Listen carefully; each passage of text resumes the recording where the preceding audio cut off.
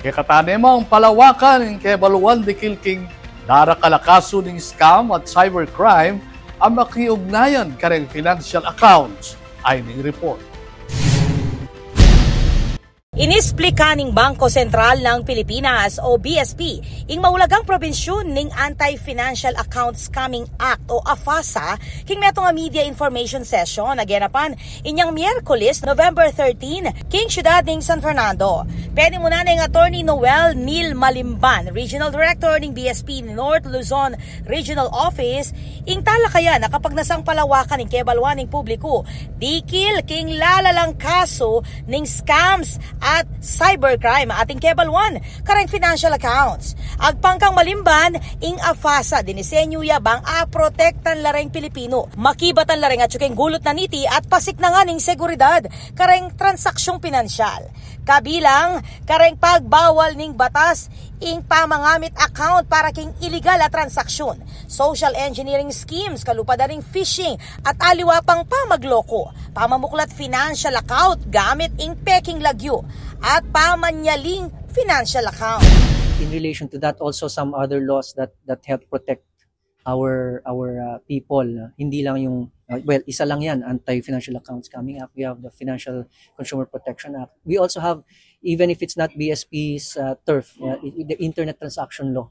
So maraming bataso na nagpoprotekta. Ang layunin ay protektahan ang ating mga accounts.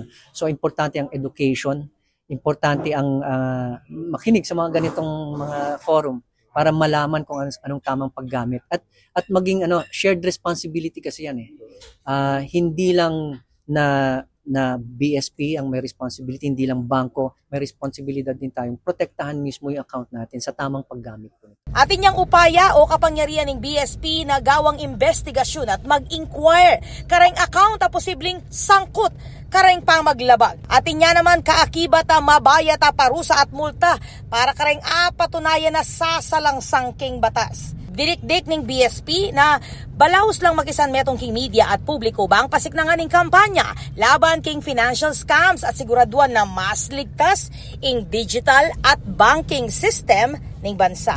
Importante, sabi ko nga kanina, importante kayong mga media partners namin. No? Kasi kayo yung mga nakapag-explain sa publiko kung ano ba talagang ginagawa ng BSP. Kasi kung magre-rely lang kami sa mga releases namin, very technical kasi siya no? So kayo, media friends namin, ang laymanize ng mga technical terms. Yung kwento na ikukwento niya sa tao yan, ninyo na ikukwento niyo sa tao. No? Kasi kayo yung may kilala sa audience ninyo, di ba? Especially dito sa region. Hindi naman sa lahat ng region kilala namin kumbaga ang pagtanggap ng information. Kayo mga nakakilala sa mga tao dito. Ako po, Patricia Mamangon para king News Force Pampanga. Balita ang tutuking Balen, susuyo.